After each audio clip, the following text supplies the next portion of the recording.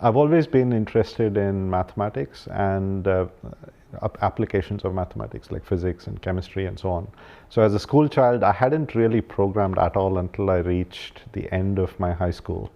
But that was quite normal in those days because computers were just being introduced in the late 80s and 90s. But then my first exposure was to learn BASIC, and pretty quickly I got hooked. Then I went and learned C. I learned different kinds of operating systems. And what fascinated me was that I could encode everything that I wanted things to do in a nice logical language and write it down and see it happen somewhere. So I could see things move around on screen just because I had said that it should happen that way. And then at some point in college, they introduced me to how to program a microprocessor and connect it up with motors. And that's when I really got hooked. And that's, in many ways, my introduction to robotics, because that's the first time I wrote a program that made something in the physical world move. And in many, many ways since then, I've always been doing something like that. Robotics is an interesting area because it's incredibly hard for us to pin down what is and is not a robot. At one level, you can say that anything that has sensors and actuators and goes through a closed loop program is a robot.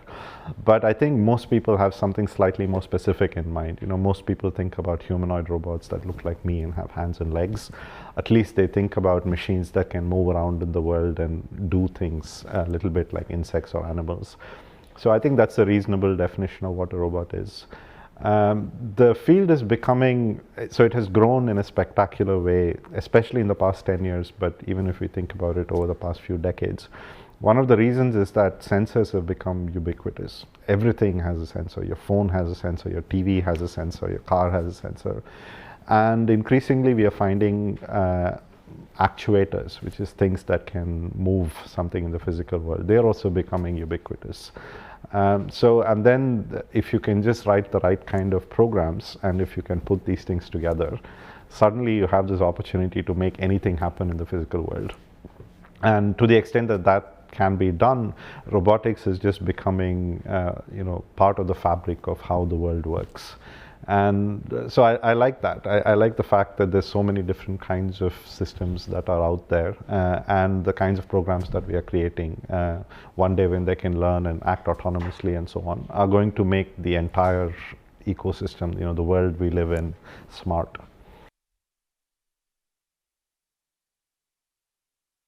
So robots can do a number of different things. One of the most fun things that I've ever gotten a robot to do is play football. Why do we do this? Because it's an interesting grand challenge for artificial intelligence. One of the goals of this field is to try to understand what are all the different things that people do in the way that they operate in the day-to-day world. So this includes reasoning, the kinds of things that you're programming right now, but it also includes the connection to physical sensing and physical acting. So there was a challenge, a few decades back, in which a computer program managed to beat the world champion in chess, and that was taken quite seriously by computer scientists and by the general public, who were just fascinated by the idea that a machine could think that well. But then that machine was only thinking inside a box. And the next challenge, especially for people interested in robotics, is can you get machines to think outside the box? Can you get them to think in the physical world? And in shopping around for what would be a good problem, people said, hey, let's make them play football.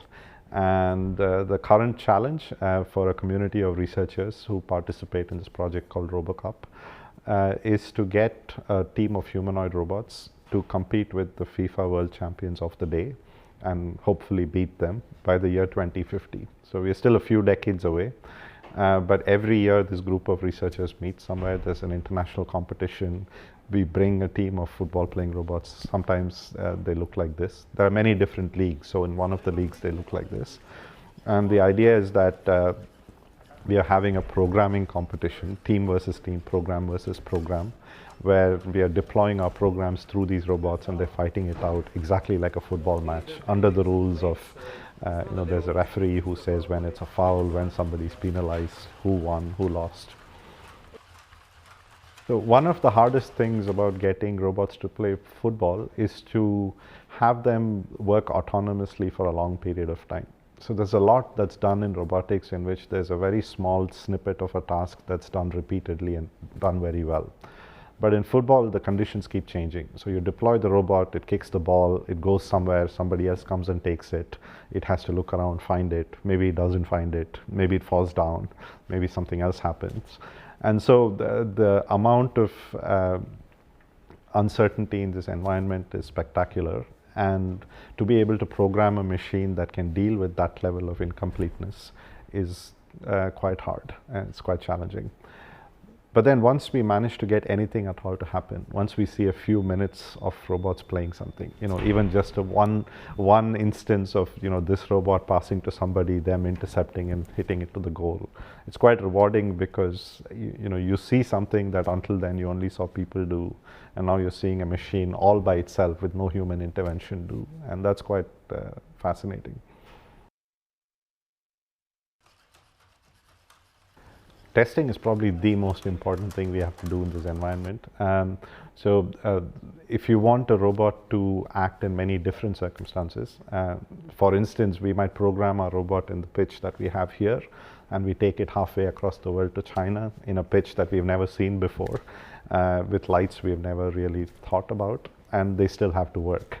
So we have to test them in many different conditions. We have to think about ways in which they can go wrong, simulate it, make it happen, and then see if our program still works. And one of the most difficult things about testing robots is that we have to make these conditions happen in the physical world. So it's not just a matter of us trying out different inputs that we type through a keyboard, but we have to run this robot for a long period of time and see if something goes wrong. So we then have to sit down and think about what we call scenarios. So we think about ways in which the robot might play. We make it happen in the real world, and then we see if it works. If it doesn't work, we have to go back and find out which module didn't work, where did the program break down.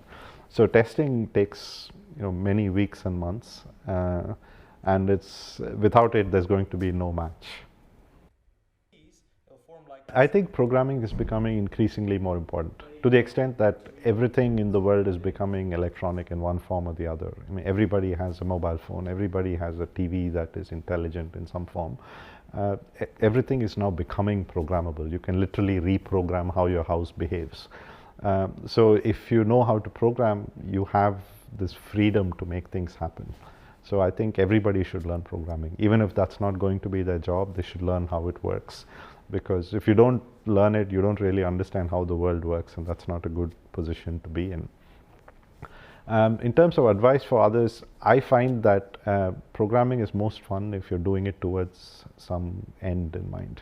So if you have Scratch and you want to make it do something, then it's a lot more fun writing that program than if we just sat down and tried to solve exercises from a book.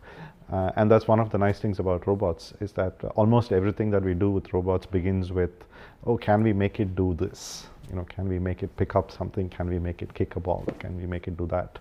So I would say that whenever you're trying to learn programming, think about what you would like your program to do and make it fun so that you are inspired to sit down for those long hours of debugging and testing.